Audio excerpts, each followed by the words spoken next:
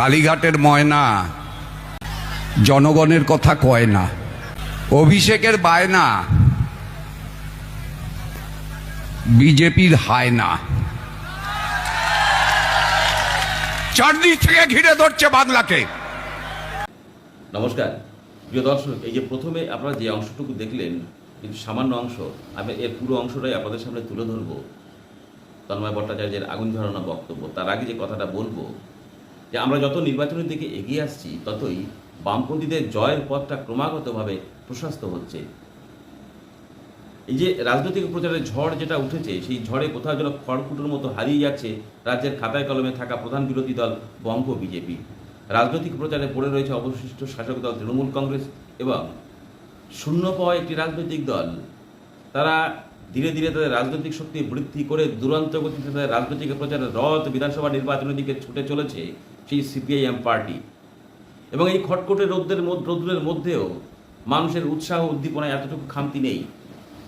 শাসক দল তৃণমূল কংগ্রেস তাদের যে বিরুদ্ধে যে দুর্নীতির অভিযোগ এবং ভ্রান্ত নীতি গ্রহণ করে সরকার পরিচালনা করার অভিযোগ, আর সেই কারণে রাজ্যের মানুষ এক দুর্বিষহ যন্ত্রণার মধ্য দিয়ে দিন যাপন করতে বাধ্য হচ্ছে, এক সংকটের বোঝা মাথায় করে নিয়ে চলাফেরা করতে বাধ্য হচ্ছে।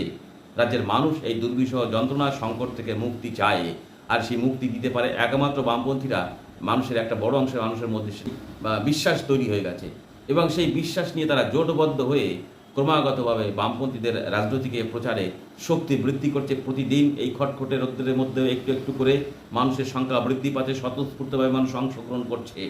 আর এই প্রচারগুলোর মধ্যে একটা জিনিস প্রমাণ দিচ্ছে, একটা জিনিস বলতে চাইছে, এই ভিড়, রাজনৈতিক প্রচারের এই ভিড়, মানুষের অংশগ্রহণ এটাই বলতে চায় যে বামপন্থী প্রার্থীদেরকে উৎসাহ যোগাচ্ছে, তোমরা এগিয়ে চলো, তোমাদের জয় এবার নিশ্চিত। আর এই নিশ্চিত জয় রাজ্যের মানুষ করে তুলেছে। আরে রাজ্যের মানুষকে, যারা এই শাসকের দুর্নীতি এবং ভ্রান্ত নীতির কারণে যে দুর্বিষহ যন্ত্রণা, যে মুক্তি চাইছে, মুক্তির দাবিতে লড়াই আন্দোলন করছে, সেই লড়াই আন্দোলনকে আরেকটু উৎসাহ যোগাতে রাজ্যের বিভিন্ন প্রান্তে সিপিআইএম পার্টির নেতৃত্বরা ছুটে বেড়াচ্ছে, মানুষকে মনে করিয়ে দিতে চাইছে প্রকৃত অর্থেই শাসককে পরাজিত করতে পারবে না বিজেপি, কারণ বিজেপি চায় না তৃণমূল পরাজিত হোক। আর কি কি কারণে যে বিজেপি তৃণমূলকে সহযোগিতা করছে, সেইগুলো আরেকটু মনে করিয়ে দিতে চাইছে এই সিপিআইএম পার্টির নেতৃত্ব। তাদের মধ্যে একজন উল্লেখযোগ্য রয়েছেন, এই যেটা দেখছিলেন, এই তন্ময় ভট্টাচার্য, সিপিআইএম পার্টির এক প্রবীণ নেতা, দীর্ঘদিনের বিধায়ক। তার যে অভিজ্ঞতাগুলো মানুষের কাছে যে হচ্ছে তুলে ধরবার চেষ্টা করেন, এবং তার মধ্য দিয়ে মানুষের সমৃদ্ধ হয়। আসুন আমরা আর বেশি না কথা বলে এই সরাসরি তন্ময় ভট্টাচার্যের বক্তব্যের মধ্যে প্রবেশ করব। তিনি প্রকৃত সত্যটা তুলে ধরলেন।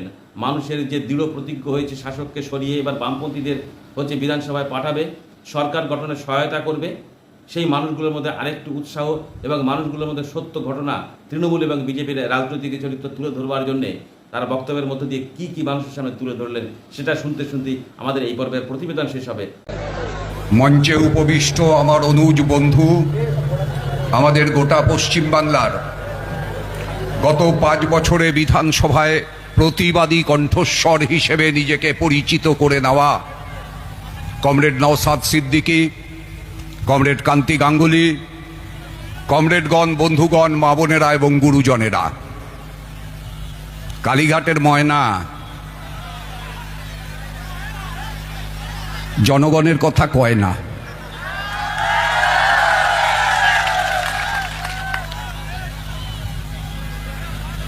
অভিষেকের বায়না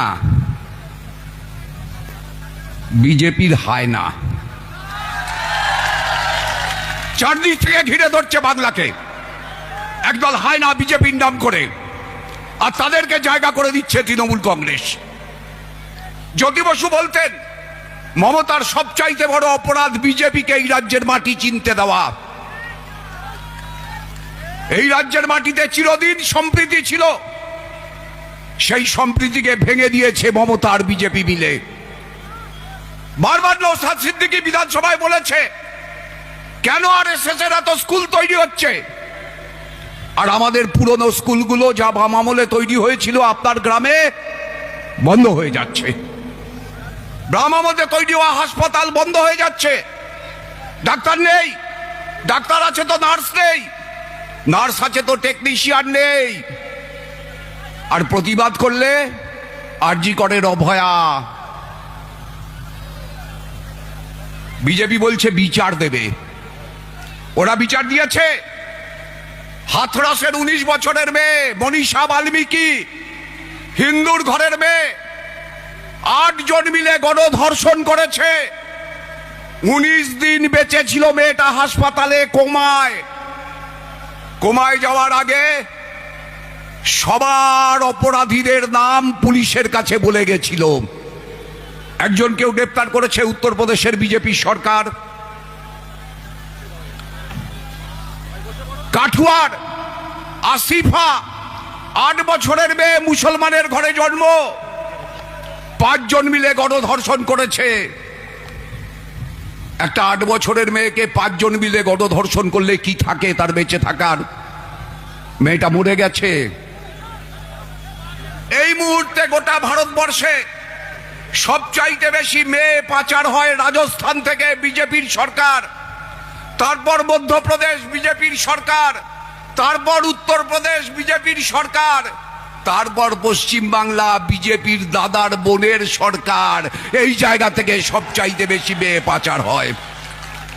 এই মুহূর্তে গোটা দেশে সবচাইতে বেশি নাবালিকা মেয়ের বিয়ে হয় পশ্চিম বাংলায়।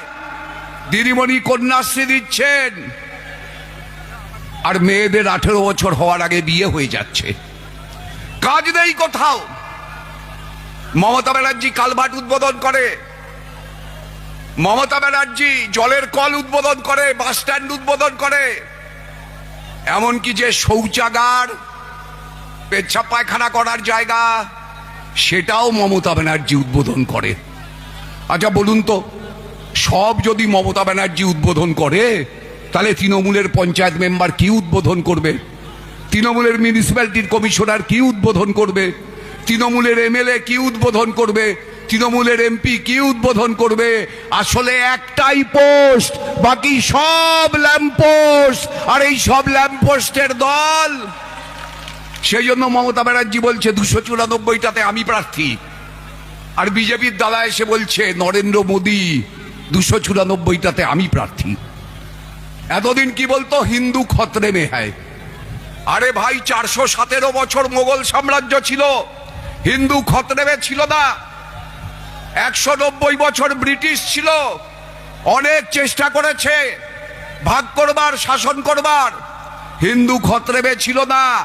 70 বছর কংগ্রেস ছিল, হিন্দু খতরে মে ছিল না। যেই নরেন্দ্র মোদী প্রধানমন্ত্রী হলো, আপনি শোনা শুরু করলেন হিন্দু খতরে মে হ্যায়, হিন্দু খতরে মে হ্যায়, হিন্দু খতরে মে হ্যায়। अरे भाई, हिंदू खतरे में नहीं आए, मुसलमान भी खतरे में नहीं आए, क्रिश्चियन भी खतरे में नहीं आए, ये देश खतरे में है। ये देश का नौजवान खतरे में है, ये देश का महिलाओं खतरे में है। असली बात ये है, हिंदू खतरे में नहीं है, वो नंदू खतरे में है। जिसका नाम नरेंद्र है, वो नंदू खतरे में है। और इसीलिए এই জন্যই নন্দু আর মমতা ফুলে ফুলে ঢোলে ঢোলে, ঘাস ফুলে আর পদ্ম ফুলে, এ ওর কোলে ও তার কোলে, দোলে দোলে দোলে দোলে, রোজ দোলে, সকালে দোলে, বিকেলে দোলে। আর আমরা বলছি বামফ্রন্ট আইএসএফ, এই দুলুনি বন্ধ করে দেব। বামফ্রন্ট আইএসএফ, এই দুলুনি শেষ করে দেব। এই দুলুনি শেষ করে দিয়ে বাংলায় আমরা বিকল্প সরকার নিয়ে আসব। আর সেই সরকার যে অত্যাচার চলছে, যে জুলুম চলছে তা বন্ধ করবে, জিনিসের দাম কমাবে, কৃষককে ফসলের ন্যায্য দাম দেবে, মহিলাদের নিরাপত্তা দেবে, বেকারদের কাজের ব্যবস্থা করবে। আপনি কোন দিকে থাকবেন? নওশাদের দিকে, শাম্বর দিকে, আব্দুল মালেক মোল্লার দিকে, নাকি তৃণমূলের দিকে, বিজেপির দিকে, যারা 15 বছর ধরে আপনার সর্বনাশ করেছে, 12 বছর ধরে গোটা দেশের সর্বনাশ করেছে? আসুন এবার তাদের দাফনের ব্যবস্থা করি, আসুন এবার তাদের চিতা জ্বালানোর ব্যবস্থা করি, আর সেই ব্যবস্থা আপনাদের করতে হবে। সেই আবেদন জানিয়ে আপনাদের সবাইকে নমস্কার, ধন্যবাদ, সালাম, আদাব জানিয়ে আমার কথা শেষ করছি। ইনকলাব জিন্দাবাদ, আইএসএফ বামফ্রন্ট ঐক্য জিন্দাবাদ।